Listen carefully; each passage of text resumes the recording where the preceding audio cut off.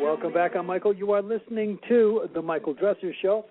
Tali Raphaely with us is an attorney, president, and managing member of Armor Settlement Services, and a motivational speaker who has instructed countless people on developing their negotiation skills.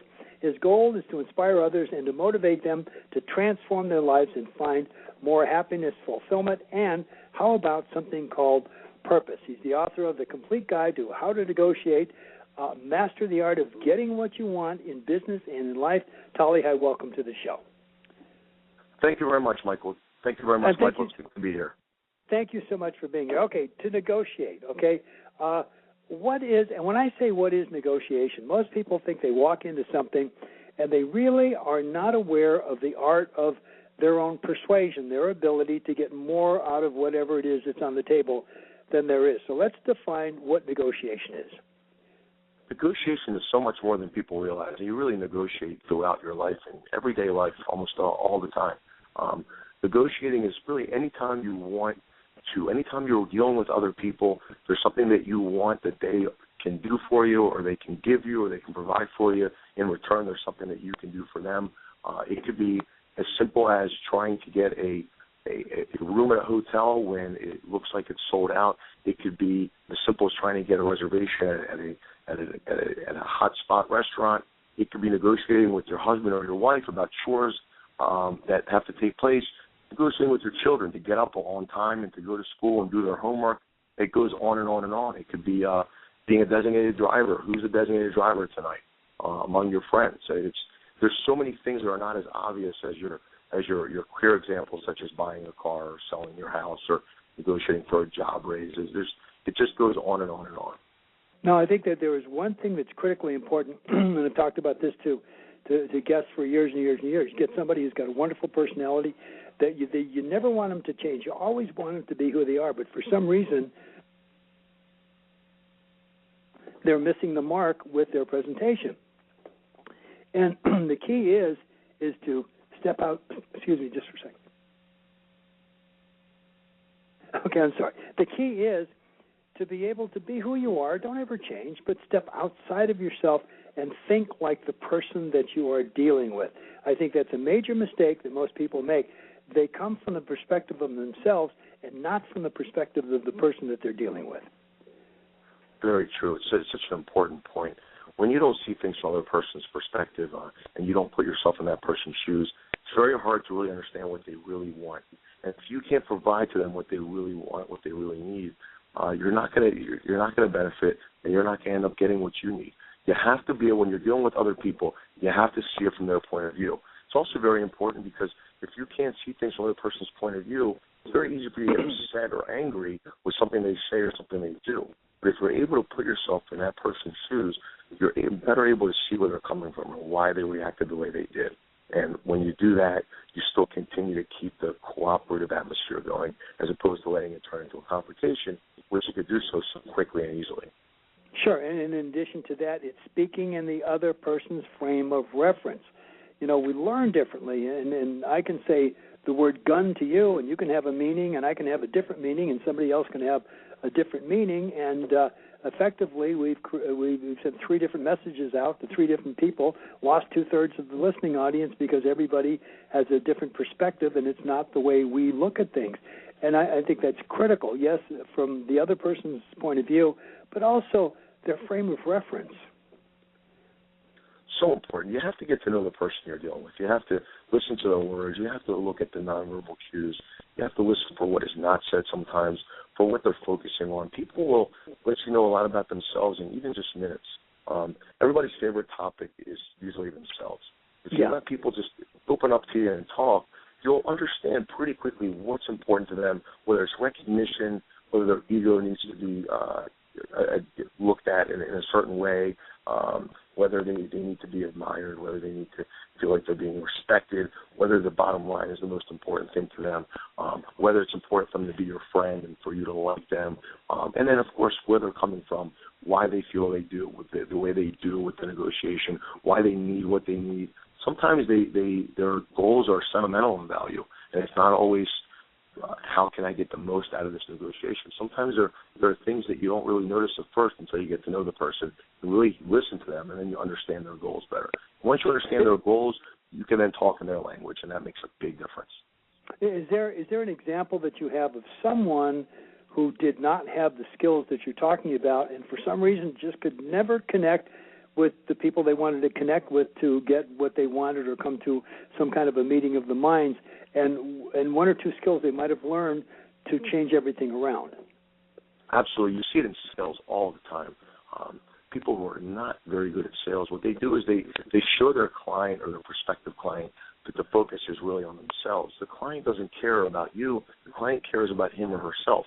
So you need to talk to that client in their language, what this product or what your service is going to do for them. A lot of salespeople will talk to their client, prospective client, about why it's important for this particular salesperson to get their business.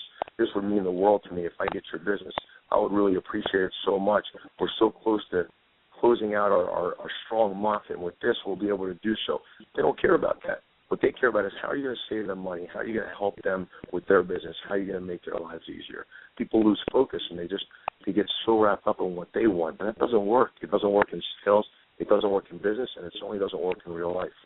So sure. it's taking people's skills and just it's taking people's skills and it's just using those people's skills and realizing it's not about you, it's about other people.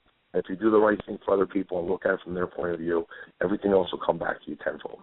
Yeah, I'm telling you, there's a step beyond that also.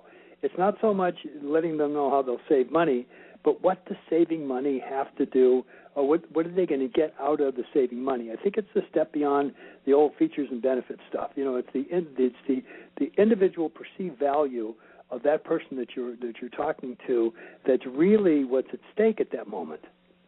Yeah, and also what's important is if you're not listening to that other person, you may not realize that they don't care about saving money. Maybe they care about something else. They want you to help them make them famous. They want you to help them with something else, with some other need that they have. Who knows what it could be? It could be safety, security, comfort. And here you are, you're worried about the dollar value, and that's not a concern to them. So you've lost them. And you've lost their interest, and they feel as if you're not really concerned about them, you're not listening to them, you don't care about them, and you effectively probably lost that sale. So it's really about listening to the other person, understanding where they're coming from, putting yourself in their shoes, and seeing why they want what they do. And once you can do that, it makes it a lot easier to work with them. Oh, sure. One of the other things that we have to look at, I think it's the greatest example in the world, and it's been used time and again on the show, but it's this. I have a brick-and-mortar store. I have a particular offering. Whatever that offering is, you're interested. You're interested. You come into the store to see what I have because you have an interest in it. And one of two things can happen. You're either going to buy it or I'm going to talk you out of it. Very true. Sometimes, and again, it just goes back to not listening to people and not understanding where they're coming from. When you understand people and you understand their motivations because you really care about them as people, it goes a long way. When you do that, you understand what they want, what they don't care about. You don't focus on the details that are not important to them. You focus on what is important to them, and you end up not talking yourself out of the sale. Sometimes that one last statement that you make is the one that actually turns the person away. So it's also about talking less and listening more. I think that's a very strong underlying theme in all my advice that I give to anybody who wants to learn how to negotiate better. It's really about talking less, listening more. Now, by the way, there's a word that in your talking points that I think is extremely important. That word is collaborating, that collectiveness. If you don't have that, it's a missing link into most successful negotiations. Collaboration is very important. Collaboration, cooperation. You've got to make it a joint effort. We're in this together. We're going to see this through till the end. So then what happens is if you come across a stumbling block, two parties don't agree, it's not about you being desperate and giving in because you have a weaker position or you lack leverage or you need it more badly than they do. It's about, we've come so far. We're doing so well. Let's continue this collaboration. I don't want to start over with somebody else. We've developed a relationship here, whether it's over a couple of minutes, a couple of hours, or even a couple of weeks or months. And when you have that collaboration, everything changes. And when you have that cooperative environment, what happens is when you normally would have maybe taken something personally or the other side would have taken something personally, something that's said or something that's done, it's a little easier to not have that happen because you see the other person's point of view a little better when you have this collaboration type of atmosphere. So very, very important, another very important underlying theme to all my negotiation process.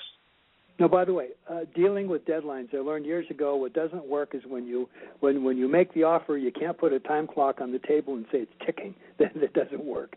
Okay, dealing with deadlines. Most people do not have any idea of how to do that. Very, very important. The first thing you have to do is if somebody else gives you a deadline. First thing you have to do is you have to assess whether this deadline is for real. If the deadline is not for real, you have to say to yourself, why are they giving me this deadline? Are they trying to rush me? Are they trying to give me less time to think this through? Is there something they're hiding from me? So that's the first. You have to first assess whether it's a real deadline. Are they pressuring me because they sense that their position is weak and they want to rush me because they want me to feel like there's some pressure? Sometimes people will do that. So you really have to first assess whether it's a true deadline. Or if it is a true deadline, is the food going to spoil? Is this lease going to be up? And do I have to buy another car because if I'm having car problems and I can't get to work? I mean, if they're true, you have to first find out if you're dealing with a true deadline that really can't be extended. Oftentimes deadlines can be extended. A lot of times people just want to impose deadlines because they know that negotiations take a while, and because they take a while, they want to at least get started with some sort of time frame. Yeah, I think, and a very important thing also too, and it's on page 96 of your book. It's don't make people feel powerless. You know, there are too many people who come in, they take charge, and they think they've got it, and then the person on the other side of the table feels totally powerless because they don't have a solution, they don't have answers, they're totally confused, and that in and of itself is just a way to kill whatever you're trying to accomplish. Absolutely, because that creates resentment. And what happens then is somebody feels trapped. They feel like they've been trapped into a corner. They're going to, just like anybody else, even if it's, whether it's literal or figurative, when you trap somebody in a corner, they're going to go swinging and they're going to try to do everything they can to get themselves out of that corner. They may end up trying to approach somebody else and work on another deal and not deal with you anymore because they feel so trapped. So you end up losing out on some really good deals and some really good relationships with people because you've pushed too hard. And if you have resentment from the other side, they're going to do everything they can, everything in their power to try to squeeze out some last-minute concessions from you at the very end, or not fulfill all their obligations at the very end, or change things later on because they're going to feel that resentment. They're going to feel like they didn't do a good job in the negotiation. So it's very, very important not to make the other person feel powerless. When you do that, you lose them as an ally. Good faith is gone, and then you've created a situation where it's confrontation. That's not what you want. You never want that. Now, have you found that with all the people that you've worked with, there's an overarching theme, an overarching problem, that one single thing that if they could step over that would help them in negotiation, that one overarching problem that you keep finding with people, what would that be? Oh, certainly pride, ego, people's personal feelings get in the way so many times. Whether they're negotiating on a house, a salary, or anything else, people lose sight of the fact that really they're trying to make a deal. It's about the deal, and it's not about the other person saying or doing a certain thing. So people really lose sight of that sometimes. They lose sight of the big picture. They let little things get in the way. It starts because people have this confrontational feeling about negotiations, which you certainly don't have to have. When you have that confrontational feeling, the minute the other side isn't giving you what they want or they seem unreasonable to you, you automatically you get closed off. When you get closed off, not open-minded anymore. You're not going to think outside the box. You're not going to be willing to make concessions, and obviously the same goes true for the other side. So very important to not let your ego, not let your pride get in the way. And in order to do that, you really keep things nice and light as much as you can. You keep that confrontation from happening. You really keep things on the collaborative end of things. And when you do that, and you also do a very good job, like we said before, seeing things from the other person's point of view. When you do that and they say or do something that you don't love, you can really easily hang your hat on the fact that, hey, this person is doing the best they can with the resources they have. So let me not get upset with them. They're doing the best they can. They mean well. So always give the other person the benefit of the doubt. And that holds true in life, whether you're negotiating or whether you're dealing in relationships or anything else. You always have to do that. When you do that, you have much more success with people. It's very, very important. And realistically, it's called stay focused, know why you're there. And if you get off focus, if you're there to negotiate a deal, negotiate the deal, not get into the ego and the rest of the things that you're talking about. I think it's extremely important. We're just about out of time. Do you have a website we can find you at in the book? Absolutely. Thank you for asking. It's TaliRaphaeli.com. Let me spell that for everybody. It's T as in Tom, A-L-I. Raphaeli is R-A-P as in Paul, H-A-E-L-Y as in yes.com. Again, it's TaliRaphaeli.com. Wonderful. And do you offer consultations and things like that on the website? Absolutely. I'm always available for consultations. I'm also available for speaking in front of groups. You can check out the website. On the website, you can also see the link to Amazon for the book, or you can go to Amazon and buy the book as well. Dynamite. Tali, hey, thank you so much for joining us. Thank you so much for having me. It was a pleasure. Take care. Bye-bye. All right.